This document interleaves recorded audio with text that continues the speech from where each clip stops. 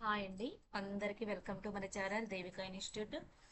ఈరోజు మనము ఎన్ఈపి 1986లో మొన్న పార్ట్ 1 చేశా కదా. దాంట్లో సమానత్వ విద్యలో కొన్ని సెక్షన్స్ ఆర్టికల్స్ చెప్పినాం కదా. ఈరోజు శ్రీ విద్య దాని కమిటీలు తెలుసుకుందాం. ఇది దేనికి సంబంధించిన టాపిక్ లోనండి మాట్లాడేది? ఎన్ఈపి 1986లో శ్రీ విద్య. దాంతోపాటు యాక్చువల్గా మనకి ఏంటి ఎడ్యుకేషనల్ ట్రెండ్స్ అనే టాపిక్ లో కూడా ఇది వస్తుంది అనమాట. సో మనకి శ్రీ విద్యా కమిటీలు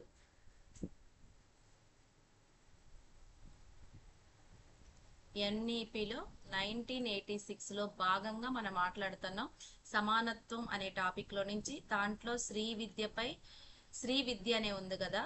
దానికి ఇక ఒకేసారి దీనికి సంబంధించిన కమిటీలు ఎన్ఈపిలో ఇవ్వలేదు కమిటీలు, కానీ శ్రీ విద్య ఉంది కదా, దానికి సంబంధించిన కమిటీలో పార్ట్గా చేస్తే మీకు గుర్తుంటుందని చెప్తున్నా. ఇక్కడ వుడ్స్ తాకీదు ఇచ్చింది. ఫస్ట్ వుడ్స్ తాకీదు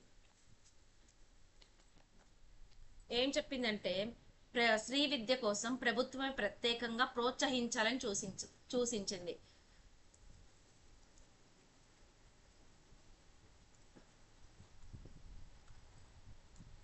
ఇది ఎప్పుడంటే 1854. దీన్ని భారతదేశ విద్యా విధానానికి మాగ్నా కార్ట్ వంటిది అంటారు. వుడ్స్ తాకీదుని మాగ్నా కార్టా అంటారనమాట. ఈ వుడ్స్ తాకీదు శ్రీ విద్య కోసం ఏం చేసిందంటే, ప్రత్యేకంగా ప్రోత్సహించాలని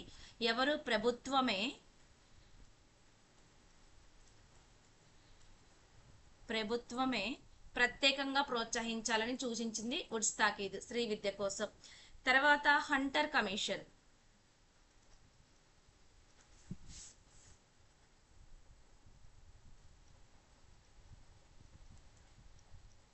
1882లో చేశారు. దీనికి ఏం చెప్పారంటే, మహిళా విద్యను పర్యవేక్షించడానికి మహిళా పర్యవేక్షణనే నియమించాలని సూచించింది. మహిళా విద్యను పర్యవేక్షించటానికి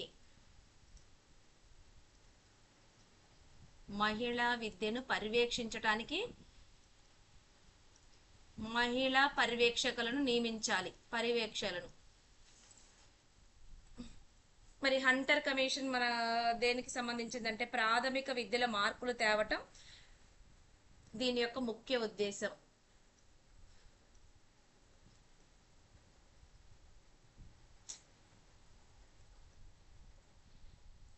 ప్రాథమిక విద్యలో మార్పులు తేవటం హంటర్ కమిషన్ యొక్క ముఖ్య ఉద్దేశం. దీన్ని భారతీయ విద్యా కమిషన్ అని కూడా పిలుస్తారు. భారతీయ విద్యా కమిషన్ అంటారు. నెక్స్ట్ శ్రీ విద్య కోసం చేసిన కమిటీ ఏంటిదంటే, హార్డాంగ్ కమిటీ.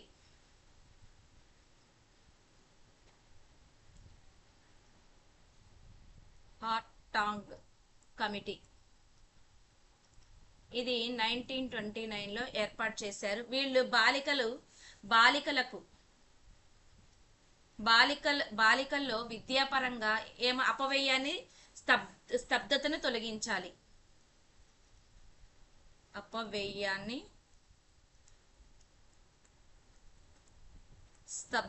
తొలగించాలని సూచించింది అనమాట ఈ కమిటీ. అలాగే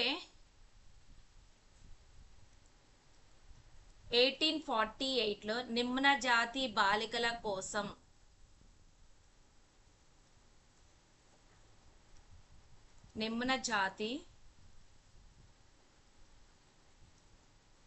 బాలికల కోసం జ్యోతిరావు పూలే పాఠశాలను స్థాపించాడు.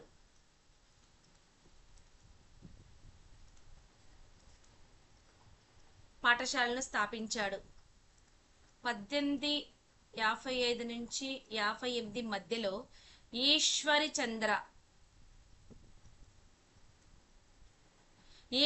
చంద్ర విద్యాసాగర్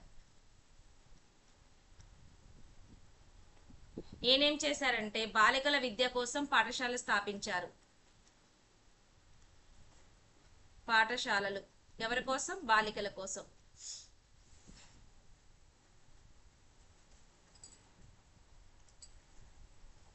శ్రీ విద్యా కమిటీ అన్నమాట. భారతదేశంలో 1958లో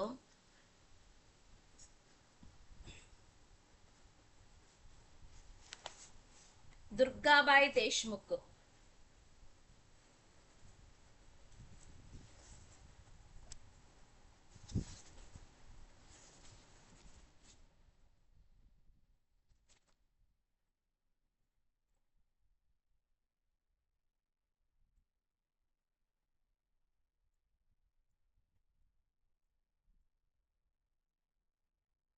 ఈమె ఒక జాతీయ కమిటీని ఏర్పరిచింది. దీంట్లో ఏమేమి ఉన్నాయంటే ఈ కమిటీలో 14 సంవత్సరాల బాలబాలికలందరికీ 1987 కటక్ పాఠశాలలో నమోదు చేయాలి. సమాజంలో మార్పులు తీసుకురావాలి. లింగ వివక్షతను అవకాశం లేని విద్యా ప్రణాళికలుగా రూపొందించాలి. పాఠశాలలో మహిళా ఉపాధ్యాయులను నియమించాలని చెప్పింది. వయోజన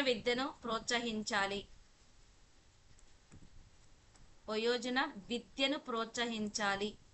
అలాగే మహిళా విద్యా వ్యాప్తికి ప్రభుత్వం నిధులు ఇవ్వాలి. ఈ కమిటీ సూచించిందనమాట. ఇంకా బాలికలు స్త్రీల విద్యకి ఒక జాతీయ మండలిని రూపొందించాలి.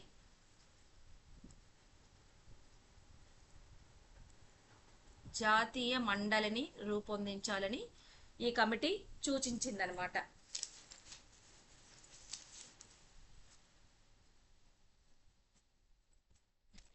నెక్స్ట్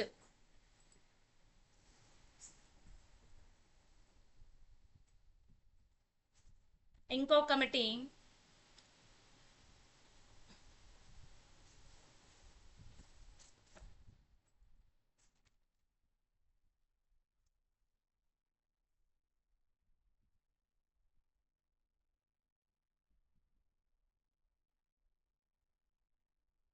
హన్సా మెహతా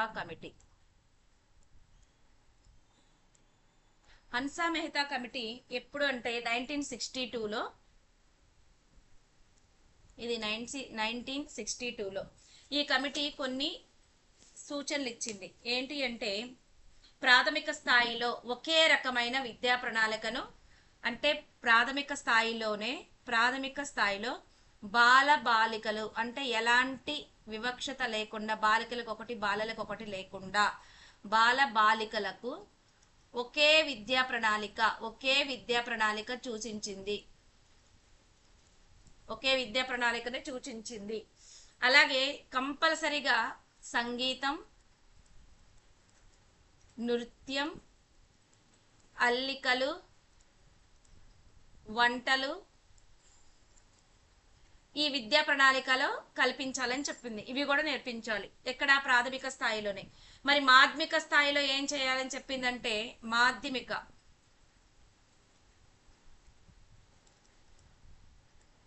మాధ్యమిక స్థాయిలో చేతి వృత్తులకు ప్రాధాన్యత ఇచ్చారు. చేతి వృత్తులకు స్థానం కనిపించాలి. మరి సెకండరీ స్థాయిలో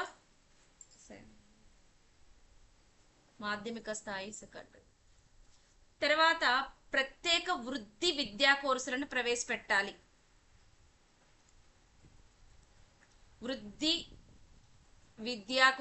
ప్రవేశపెట్టాలి. దీంతో పాటు లైంగిక విద్యను బోధించాలి. కంపల్సరిగా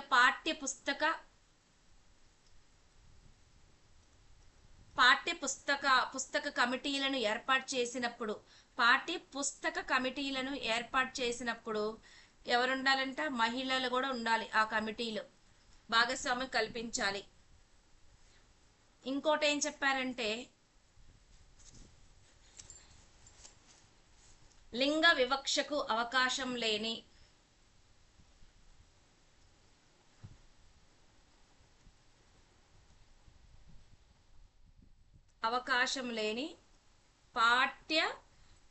ప్రణాళిక రూపొందించాలి.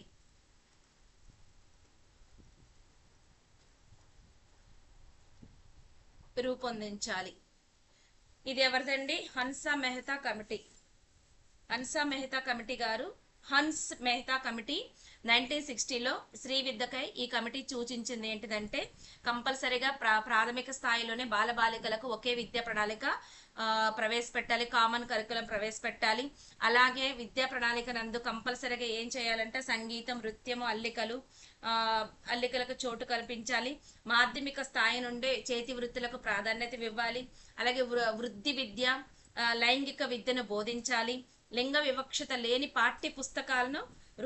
పాఠ్య ప్రణాళికను రూపొందించాలి. పాఠ్య పుస్తక కమిటీలో కంపల్సరీగా మహిళలు కూడా ఉండాలి అని సూచించింది అనమాట. నెక్స్ట్ భక్త వత్సలం కమిటీ.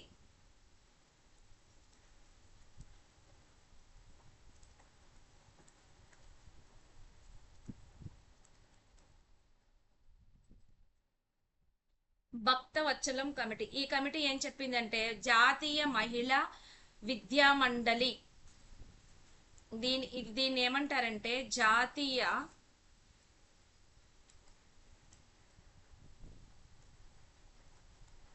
మహిళా విద్యా మండలి. ఇది 1963లో గ్రామీణ ప్రాంతాల్లో ఉన్న బాలికల విద్య పట్ల సరిగ్గా మద్దతు లేకపోవటం వల్ల, అంటే గ్రామీణ ప్రాంతాల్లో ఆ రోజుల్లో సరిగ్గా విద్య నేర్పించరు కదా, వాళ్ళకి అవగాహన లేకపోవటానికి గల కారణాలు, ఎందుకు చదువు నేర్పించట్లేదు, కారణాలు ఏంటి తెలుసుకోవటానికి నియమించింది ఈ జాతీయ మహిళా విద్యా మండలి. ఈ కమిటీ నియమించింది అనమాట. అలాగే దీంట్లో ఏం చేయాలని చెప్పారంటే గ్రామీణ ప్రాంతాలలో స్వచ్ఛంద శ్రమదానంతో పాఠశాల నిర్మించాలి. ఎక్కడ? గ్రామీణ ప్రాంతాల్లో స్వచ్ఛంద శ్రమదానంతో ఏం నిర్మించాలి? పాఠశాలలు. పాఠశాల కమిటీలు ఏర్పాటు చేయాలి. బాలికలకు ఉచిత విద్యను అందించాలి. మహిళలకు ఉపాధ్యాయ వృత్తి వైపు ప్రోత్సహించాలి.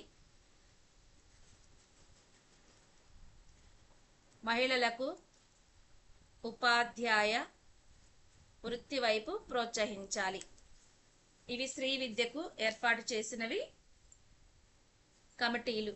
దీంట్లో కేంద్ర ప్రభుత్వము శ్రీ విద్యకు ఎలాంటి చర్యలు చేపట్టింది, రాష్ట్ర ప్రభుత్వం ఎలాంటి చర్యలు చేపట్టిందో చూద్దాం.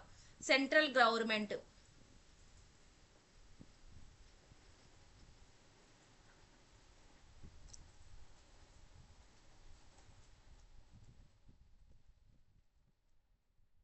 కేంద్ర ప్రభుత్వం ఎలాంటి చర్యలు తీసుకుంది?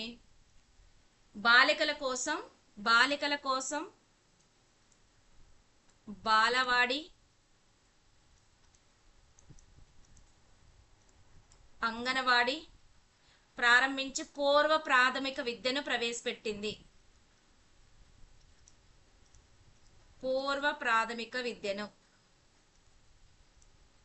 ప్రవేశపెట్టింది. రెగ్యులర్ గా పాఠశాలలకు రాలేని పిల్లలకు అనౌపకారి విద్యా కేంద్రాలు, అనియత విద్యా కేంద్రాలు ఎవరికివి? రెగ్యులర్ గా పాఠశాలకు రాని బాలికలకు, ఖాళీ సమయంలో చదువుకునే వాళ్ళకి. శ్రీ విద్య పట్ల ఆసక్తిని కోసం ప్రచార కార్యక్రమాలు చేపట్టింది. అలాగే ఉన్నత విద్యను అందరికీ అందుబాటు తీసుకురావాలని ఇందిరాగాంధీ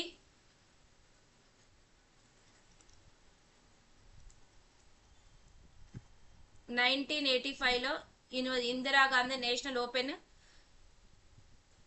యూనివర్సిటీని స్థాపించింది. 1985లో. తర్వాత అందరికి పాఠశాల విద్య అందించాలనే ఉద్దేశంతో 1989లో నేషనల్ ఓపెన్ స్కూల్స్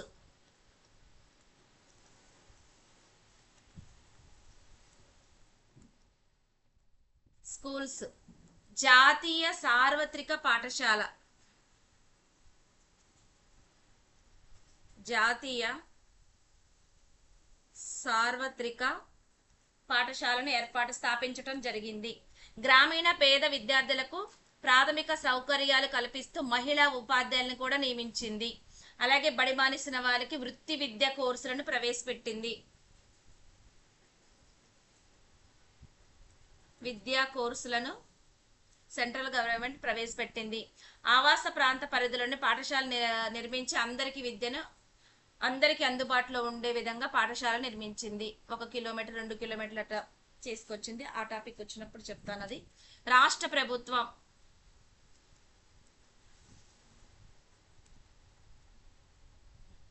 రాష్ట్ర ప్రభుత్వము ఇది మధ్యాహ్న భోజన పథకం ప్రారంభించింది. మధ్యాహ్న భోజన పథకం.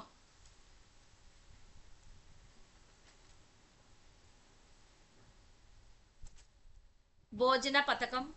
పాఠ్య పుస్తకాల్లో లింగ వివక్షత తావు లేకుండా చర్యలు తీసుకుంది. గ్రామీణ మహిళలు పాఠశాల చదువుకుని స్కూల్ మదర్స్ గా పనిచేసే విధంగా ప్రోత్సహించింది.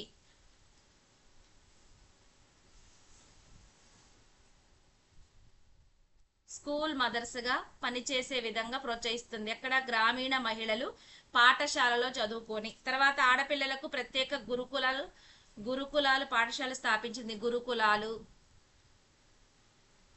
సర్వశిక్ష అభియాన్ పథకంలో NPEGEL ను స్థాపించారు. అలాగే కళాశాల విద్యా సంస్థల్లో మూడో వంతు అంటే కళాశాల అంటే కాలేజీలో మూడో వంతు సీట్లు స్త్రీలకు కేటాయించారు. ఆంధ్రప్రదేశ్ ఓపెన్ స్కూల్స్ ద్వారా వివిధ పనులు చేసుకున్న వారికి చదువుకోవడానికి అవకాశం కల్పించారు. Andhra Pradesh open school society. Akshara Sankranti, Badibata, మళ్ళీ బడికి అలాంటి కార్యక్రమాలు ఏర్పరిచింది. ఈసీఈ కేంద్రాలను ఏర్పాటు చేయటం జరిగింది. మదర్స్ కమిటీలను ఏర్పాటు చేయటం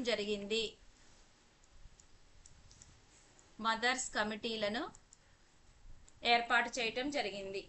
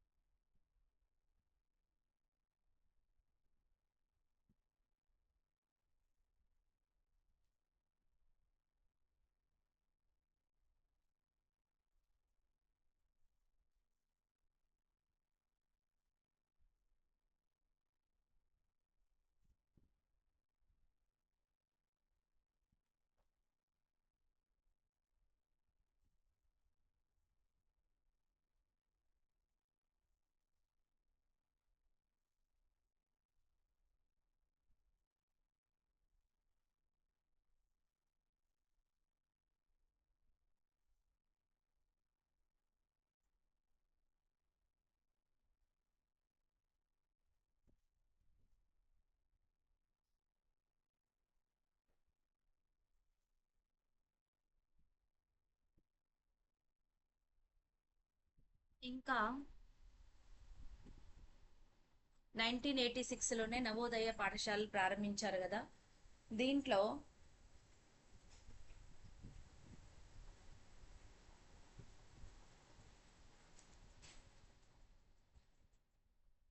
ఆదర్శ విద్యాలయాలు అప్పుడే స్థాపించారు. జవహర్ నవోదయ పాఠశాలలు, జవహర్ నవోదయ.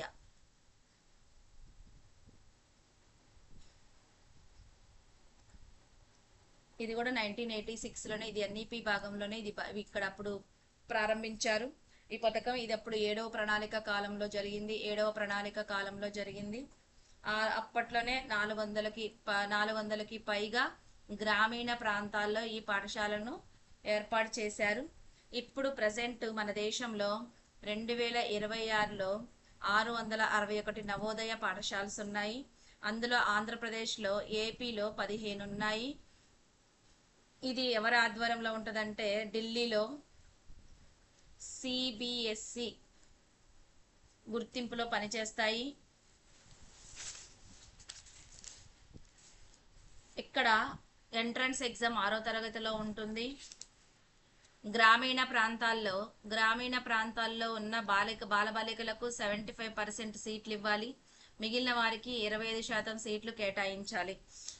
తర్వాత ఇక్కడ ఎలా చెప్తారంటే 6 నుంచి 7 తరగతి వరకు మాతృభాషలో బోధన ఉంటుంది. 8 నుంచి 10 తరగతులకు హిందీ లేదా ఇంగ్లీష్లో బోధన జరుగుతుంది. ఇవి జవహర్ నవోదయ పాఠశాలలో. ఇందులోనే మనకి డైట్ గురించి కూడా ఉంది కదండి.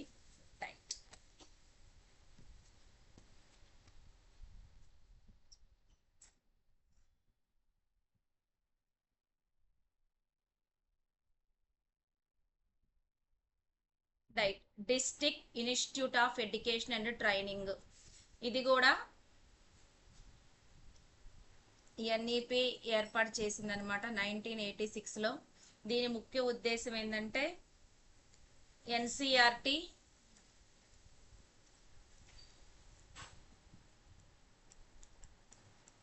ఎస్సిఆర్టి నమూనాల్లో జిల్లా స్థాయిలో ఎలిమెంటరీ విద్యావృత్తికి ఏర్పాటు చేయటం. ఎలిమెంటరీ విద్యాభివృద్ధికి. తర్వాత ప్రతి జిల్లాకు ఒక డైట్ని ఏర్పాటు చేశారు.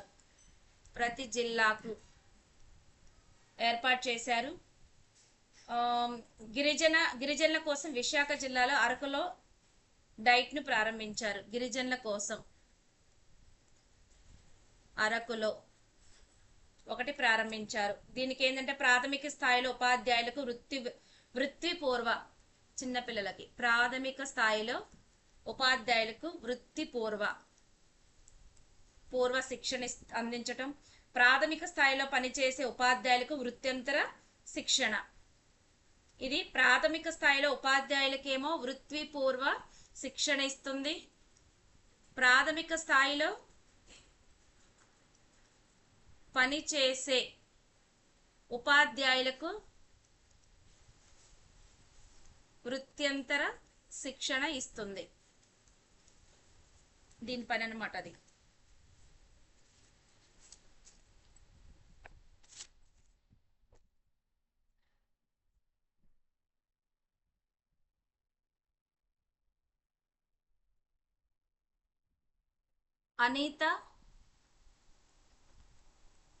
అనియత విమోచన విద్యా కేంద్రాల్లో పనిచేసే బోధకులకు కోర్సు లెక్చరర్గా నిర్వహిస్తారు.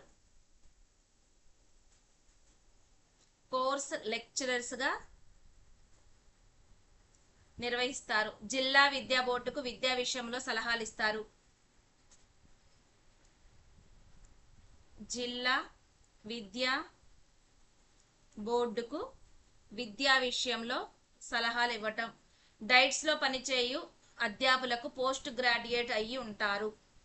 ఇందులో చెప్పాలి అంటే ఏం కావాలి? పోస్ట్ గ్రాడ్యుయేషన్ చదవాలి.